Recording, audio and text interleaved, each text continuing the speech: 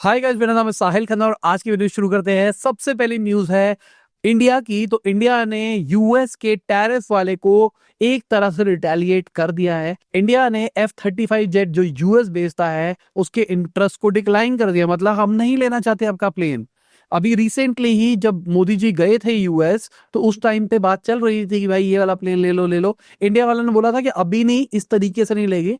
India वालों का plan ये है कि अगर आपको हमको प्लेन बेचना है, कोई भी जेट बेचना है, इंडिया में मैन्युफैक्चर करो या फिर कोई टेक्नोलॉजी ट्रांसफर करो। अभी के टाइम पे अगर हम सुखोई की बात करके चले तो सुखोई का जो Su-57E है, जो 5th जनरेशन स्टेल्थ फाइटर है, वो इंडिया के अंदर बनेगा। टेक्नोलॉजी ट्रांसफर भी होगी, तो इंडिया को रशिया से तो एडवांटेज मिल रही है। दूसरी साइड पे अगर फ्रांस के रफाइल की बात करके चले तो वो भी अब लोकल मैन्युफैक्चर होने वाला है। टेक्नोलॉजी ट्रांसफर होगी या नहीं होगी वो बात की बात है, बट बनेगा इंडिया के अंदर। तो इंडिया वाले चाहते थे कि अगर तुमको अपना प्लेन बेचना है तो इंडिया के अंदर बनाओ, इंडिया के अंदर नहीं बनाओगे तो हम नहीं लेंगे। तो एक तरह से रिटेलिएट किया है इंडिया वालों ने। बाकी चीजों में कुछ नहीं कर सकते थे इंडिया वाले, एक चीज पे तो किया गया है। हमने कल इसके बारे में बात करी थी कि डोनाल्ड ट्रंप ने बहुत सारे कांड कर दिए हैं जिसके चक्कर में यूएस को ही नुकसान होने वाला है। इंडिया को तो नुकसान होगा थोड़ा सा, इंडिया की जो जेम्स वाली इंडस्ट्री है उन सबको नुकसान हो सकता है, बट यूएस को भी इसका नुकसान देखना पड़ेगा। अब लोगों का अलग अलग ओपिनियन था। कई लोग इंडिया को सपोर्ट कर रहे थे, भाई ठीक है हम तुम्हारे साथ है, कोई नहीं, आप रिटेलिएट करो, आप फार्मा बंद कर दो, बुरा बुरा सेक्टर। इंडिया से बहुत ज्यादा फार्मा सेक्टर यूएस में जाता है, तो इंडिया वालों ने बोला, मतलब लोगों का कमेंट ऐसा था कि फार्मा महंगा कर दो, इंडिया से अगर फार्मा एक्सपोर्ट करना है तो टैरिफ लगेगा। तो इससे क्या होगा, आप कहीं ना कहीं यूएस वालों को दिखा रहे हो कि भाई हमारे पास में क्या होल्ड है। बट कहानी यह है, इंडिया में सपोर्ट कल्चर नहीं है।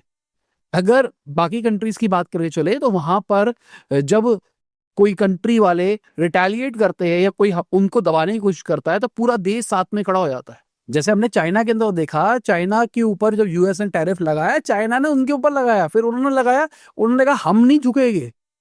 उसके बाद में वहां के लोगों तक ने सपोर्ट किया इस बात को। ऑल्दो वहां पे ऑपोजिशन नहीं है, बट लोगों ने सपोर्ट किया। इनफैक्ट अगर देखा जाए, हुआवे की सेल ऑल टाइम हाई पे जाती हुई दिखाई दे रही है। चाइना के अंदर नंबर 1 फोन ब्रांड बन गया हुआवे। क्यों?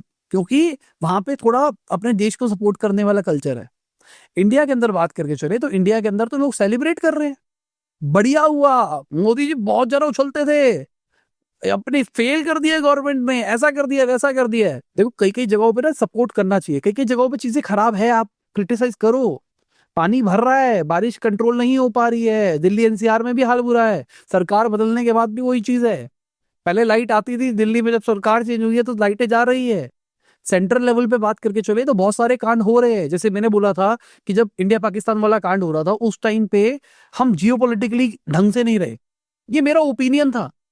तो वो क्रिटिसिज्म बनता है, बट जिस टाइम पे देश को सपोर्ट की जरूरत है उस टाइम पे कोई सपोर्ट ही नहीं करता। ये नहीं समझ में आता क्यों।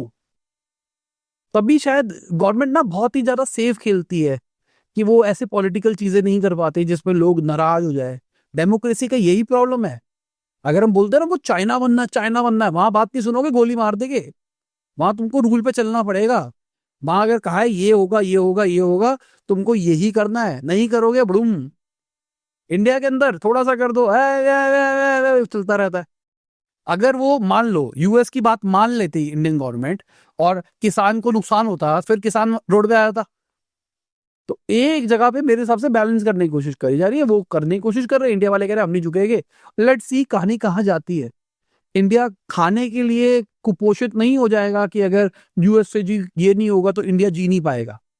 अगर देखा जाए, आज यूट्यूब पे वीडियो देख रहे हो, यूएस का प्रोडक्ट है। जितने फोन यूज कर रहे हो, एंड्रॉइड यूज कर रहे हो, आईओएस यूज कर रहे हो, सबके सब यूएस का प्रोडक्ट है। ठीक है, तो यूएस पे हमारी डिपेंडेंसी है, बट क्या हम बाइकआउट कर सकते हैं? शायद हम इस हालात में नहीं है इस टाइम पे, हमको ये चीज भी एक्सेप्ट करनी पड़ेगी।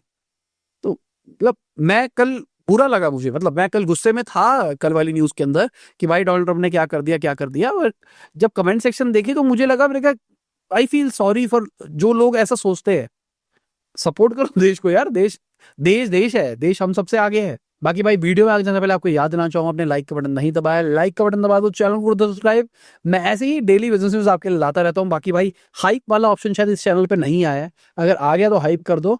जो हमारा टेक वाला चैनल है ना, उसमें मैं आपको स्क्रीनशॉट दिखाता हूँ, लास्ट तीनों वीडियो हाइप पे, मतलब वहां की जो ऑडियंस है वो भी हमारी अच्छी ऑडियंस हो गई है, हमको सपोर्ट कर रही है।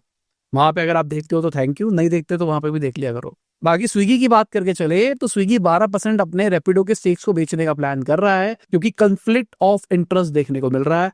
अभी रिसेंटली हमने रैपिडो की ये स्टडी डाली थी जहां पर ये पूरा एक्सप्लेन कर दिया था पहले ही। अब ये खबरें आ रही है, हमने एक हफ्ता पहले डाल दिया था, जहां पे आपको बताया था कि स्विगी 12% होल्ड करता है रैपिडो का, और रैपिडो स्विगी का कॉम्पिटिटर बनने वाला है और कहीं ना कहीं गलत तरीके से मार्केट खराब करने वाला है। अभी तक स्विगी के मार्जिन नहीं बन पा रहे, स्विगी दबा के लॉस कर रहा है। अब रैपिडो आएगा और इस पूरी इंडस्ट्री के अंदर और ज्यादा प्रॉब्लम्स लेके आएगा, क्योंकि रैपिडो वाले फ्लैट फीस कल्चर के ऊपर आ रहे हैं, वो कमीशन मॉडल के ऊपर चलते थे, तो वहां पर ज्यादा पैसा बनता था, यहाँ पे कम बनता था। तो मेरे हिसाब से स्विगी को ये करना ही था, क्योंकि शायद स्विगी रोक नहीं सकता था इनको कि भाई तुम काम नहीं करोगे, चाहे उनके पास वोटिंग राइट्स नहीं थे इस लेवल के। बाकी अगर मोबीक्विक की बात करके चले तो उनके लॉसेस 6 गुना बढ़ते हुए दिखाई दिए Q1 के अंदर, 42 करोड़ के ऊपर पहुंच गए भाई। इनका सबसे बड़ा जो खर्चा है ना, 46% एक्सपेंस हो रहा है पेमेंट गेटवे कॉस्ट के अंदर, फिर उसके बाद में एम्प्लॉय बेनिफिट्स के ऊपर भी खर्चा देखने को मिल रहा है। तो जिन्होंने लॉस मेकिंग ले रखा है वो देखो क्या सही है क्या गलत है, मैं तो कुछ नहीं बोलना चाहूंगा इसके बारे में। बाकी पीवी फिनटेक की बात करके चले तो उन्हें 85 करोड़ का प्रॉफिट रिपोर्ट किया Q1 के अंदर। अगर आप चार्ट के अंदर देखोगे तो भाई ठीक है, इंप्रूवमेंट दिखाई दे रही है, रेवेन्यू बहुत अच्छे लेवल पे बढ़ता हुआ दिखाई दिया है, रेवेन्यू को बढ़ाने के लिए एक्सपेंसेस भी करे गए हैं और प्रॉफिट भी बढ़ता हुआ दिखाई दिया है। और मुझे लगता है ये जल्दी ही अपना जो प्रोडक्ट वाला सिस्टम निकालने वाले हैं, उसकी वजह से शायद ये मार्जिन सब कुछ और ज्यादा इंप्रूव होता हुआ दिखाई देगा। अभी तो दूसरों को बेच रहे थे, अब खुद का बेचेंगे तो और बेटर बनेगा सब कुछ। बाकी रिलायंस की बात करके चले तो वो एक स्पेस टेक कंपनी डी गंतरा के अंदर इन्वेस्ट करने वाले हैं। 430 करोड़ रुपए कहा जा रहा है, $50 मिलियन रिलायंस इंडस्ट्रीज डालेंगे, राउंड को लीड करेंगे। ये कंपनी करती क्या है, ये अर्थ की ऑर्बिट में सैटेलाइट भेजती है जो कि ट्रैकिंग के लिए यूज होता है, मतलब मिलिट्री के अंदर आर्मी की मूवमेंट कहाँ हो रही है, क्या हो रहा है क्या नहीं हो रहा, वो सब कुछ कर पाएंगे। कॉन्सलेशन सैटेलाइट भेजी जाती है, मतलब साथ साथ में चलने वाली, जो एक बड़ा एरिया कैप्चर कर पाए। इनका प्लान है 12 से 13 सर्विलेंस सैटेलाइट 2026 के एंड तक ये डिप्लॉय करते, जिसमें से 3 तो अभी भेजी जा चुकी है। तो बढ़िया चीज है भाई अगर देखा जाए तो। हमने टेक न्यूज के अंदर भी इस चीज के बारे में बात करी है कि भाई ये जो स्पेस वॉर होने वाली है कितनी इंपॉर्टेंट है। अभी ये सब लड़ रहे हैं ना स्पेस के अंदर, कैप्चर करना, ये बहुत बड़ी गेम है और इंडिया शायद इसको हार सकता है। इंडिया को इस पर डबल डाउन करना पड़ेगा। इस पे भी केस स्टडी बनाते हैं, कमेंट में बताओ अगर इस पे केस स्टडी चाहिए या फिर नहीं चाहिए, कि कैसे ये स्पेस वॉर क्रिएट होगी, नेक्स्ट जो वॉर होगी वो स्पेस से होगी, ऐसा कुछ टाइप्स। बाकी अडानी ग्रुप की बात करके चले तो वो $10 बिलियन वियतनाम के अंदर इन्वेस्ट कर रहे हैं। रिसेंटली जो उनकी पार्टी चीफ है उनसे इनकी मीटिंग हुई थी और वहां पे बात करी गई है infrastructure, energy, renewable energy, tech जैसे कि एआई हो गया, उन सब के अंदर पैसा इन्वेस्ट करने की। तो अडानी ग्रुप ने इंडिया के अंदर तो बहुत सारा काम किया है, अब ये धीरे धीरे ग्लोबल एक्सपैंड भी करने का प्लान कर रहे हैं, क्योंकि इंडिया के अंदर तो ग्रोथ को क्रिटिसाइज किया जाता है ना, कोई आगे बढ़ गया पैसा, भाई कोई अमीर हुआ है ना तो 2 नंबर का काम ही होगा, सही से तो कोई अमीर हो ही नहीं सकता।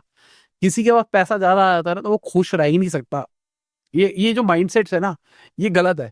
मतलब अगर आप देखोगे यूएस के अंदर सेलिब्रेट किया जाता है एंटरप्रेन्योरशिप को, कोई आगे गूगल आगे बढ़ रहा है तो लोग कहते हैं वाह गूगल, फेसबुक आगे बढ़ रहा है भाई फेसबुक हमारा है। यहाँ पे रिलायंस आगे बढ़ रहा है भाई रिलायंस ने तो मोदी खरीद लिया। अडानी आगे बढ़ रहा है, मोदी की कंपनी है अडानी, भाई इंटरनली चल रहा है सब कुछ। तो ये अच्छी बात नहीं है ना, हम सेलिब्रेट नहीं करते।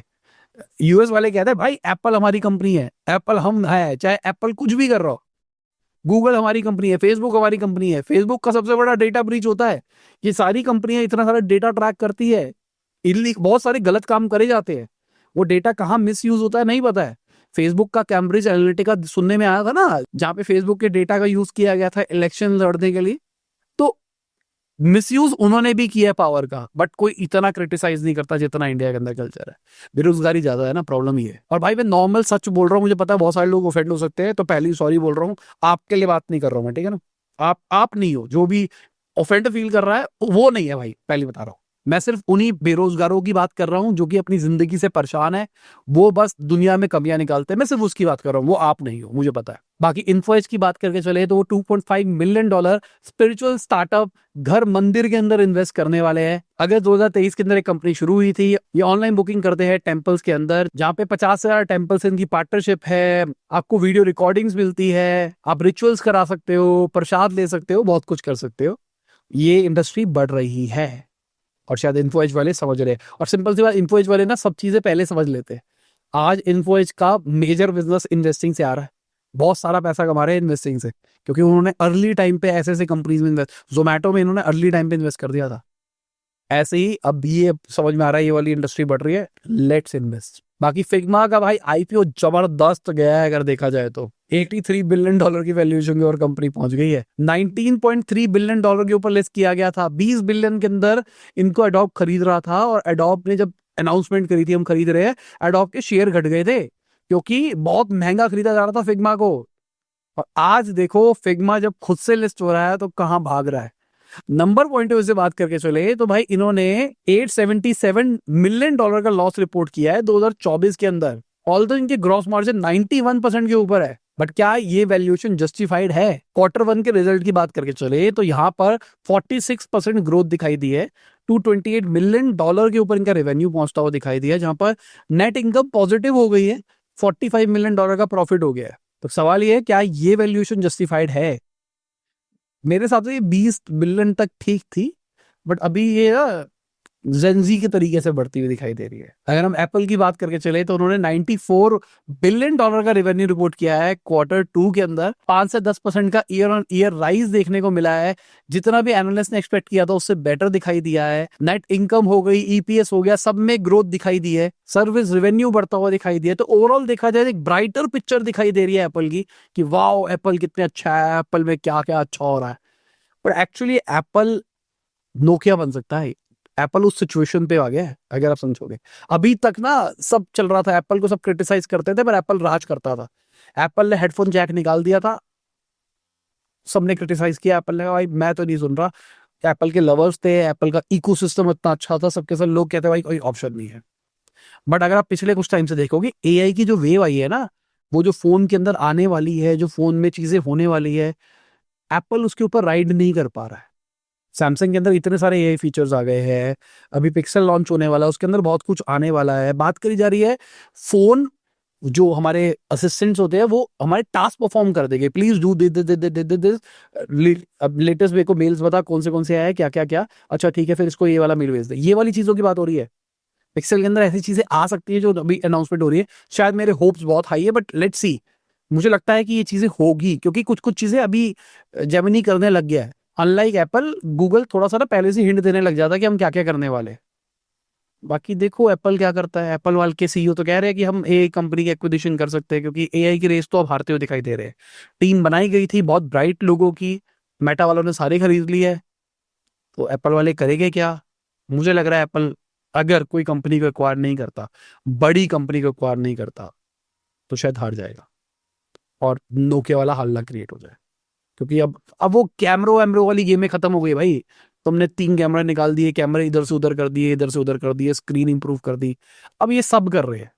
तुमने अपना फोन फास्ट कर दिया। एक जमाने में ना एप्पल जनरेशनल हेड हुआ करता था, कि मतलब एप्पल का फोन अभी लॉन्च हुआ है, अगले साल जो एंड्रॉयड फोन लॉन्च होगा वो उससे compete कर रहा होगा, और 1 महीने के अंदर एप्पल फिर आगे निकल जाएगा।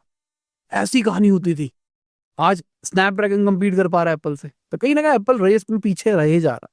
2007 से अभी तक एप्पल ने 3 बिलियन आईफोन बेचे हैं, जहां पर 1 बिलियन 2016 तक बेचे गए थे, उसके बाद में $2 बिलियन बेचे गए हैं। टिम कुक ने नो डाउट कंपनी को बहुत तेजी से ग्रो किया है, बट आई थिंक अब एप्पल को चेंज की जरूरत है। मैं कुछ नहीं होता, मैं कोई भी नहीं हूँ बताने वाला, बट पता नहीं वो अगर डेटा पॉइंट जोड़ता हूं तो मुझे कहानी ऐसी दिखाई दे रही है, और मेरे ऐसे तुक्के लग जाते हैं, मान के चलना।